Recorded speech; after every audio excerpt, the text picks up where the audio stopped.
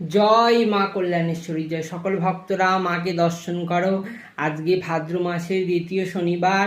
তো মায়ের পুজো আজকে আমি বেলা 12টার সময় করলাম, কারণ আজকে সকাল থেকে যেন মাই চাচ্ছিল যে 12টার সময় যাতে মায়ের পুজো করি, কারণ প্রতিদিন তো 12টার আগে করি সকালবেলার দিকে, কিন্তু মায়েরই যেন আজকে ইচ্ছা হচ্ছিল যে 12টার সময় পুজো নেবে। তাই আমি তো সেরে সুরে আসতে 12টায় বাজলো, আর ঠিক 12টার সময়ই আমি মায়ের পুজোয় বসলাম।